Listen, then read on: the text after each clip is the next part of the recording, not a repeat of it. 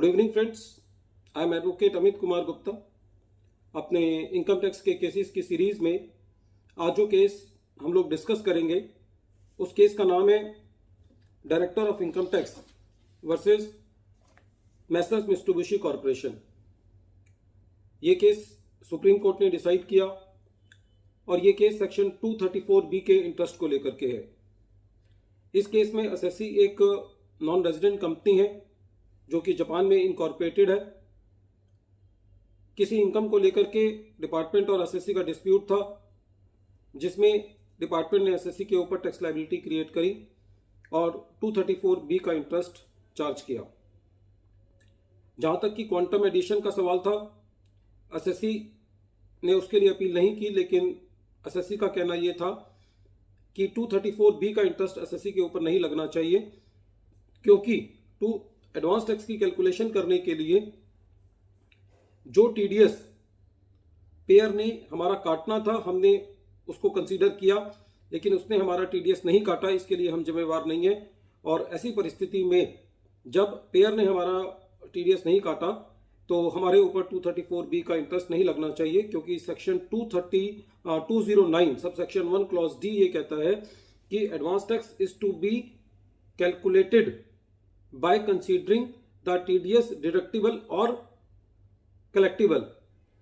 तो इस केस में एसएससी का ये कहना था कि उस जितना टीडीएस पेयर ने हमारा काटना था वो माइनस करके मेरे ऊपर 234B की कैलकुलेशन की जानी चाहिए। जो इशू इन्वॉल्व था वो ये था कि जो एसएससी का एडवांस टैक्स की कैलकुलेशन के लिए जो है वो उस टीडीएस को कंसीडर किया जाना चाहिए, चाहे पेयर ने वो टीडीएस काटा हो या ना काटा हो। लेकिन ये मैटर जो है सीआईटी अपील के पास जब गया तो सीआईटी अपील ने एसएससी की बात नहीं मानी, इसलिए एसएससी को आईटीएटी जाना पड़ा। आईटीएटी ने एसएससी को रिलीफ दिया और ये कहा कि एसएससी के ऊपर उस अमाउंट पर जो टीडीएस डिडक्टिबल था उसके ऊपर इंटरेस्ट नहीं लगेगा।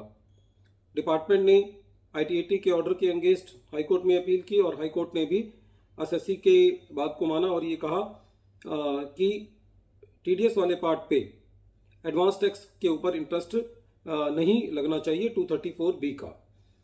मैटर जो है वो सुप्रीम कोर्ट में गया और सुप्रीम कोर्ट ने पूरे मैटर को देखते हुए पूरा एनालिसिस करते हुए एसएससी के फेवर में डिसीजन दिया।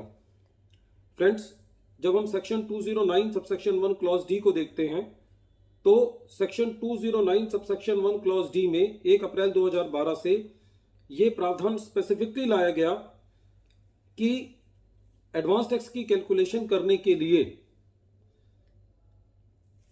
जो जितना अमाउंट टीडीएस का एसएससी का कटना है, यदि वो पेयर ने नहीं काटा है तो उतने पार्ट को भी एडवांस टैक्स की कैलकुलेशन के लिए एसएससी ने वो एडवांस टैक्स एसएससी ने जमा करना है। ये specifically section 209 subsection 1 clause D में 1 अप्रैल 2012 से इंट्रोड्यूस किया गया। उससे पहले का प्रावधान ये था कि जितना टीडीएस पेयर ने काटना है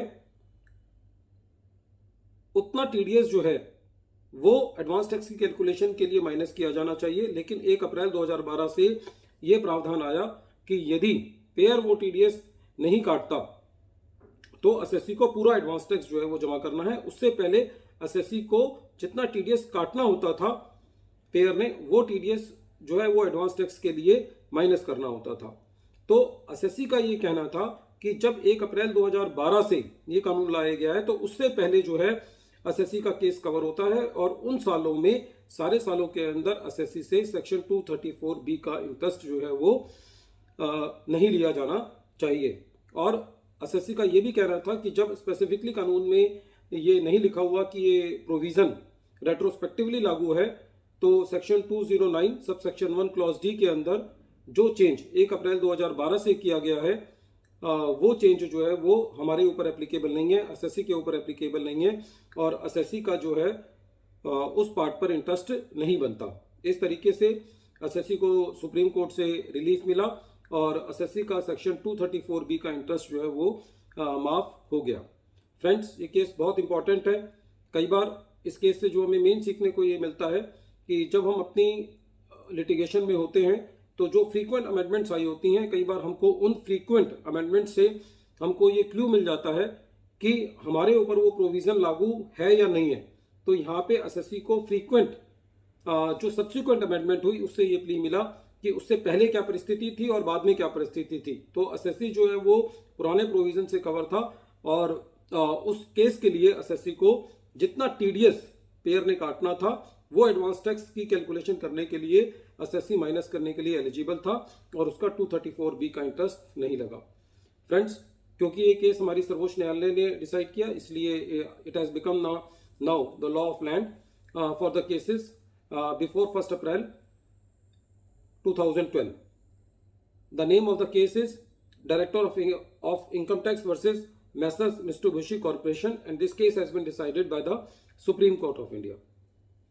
Thank you, friends. Thank you.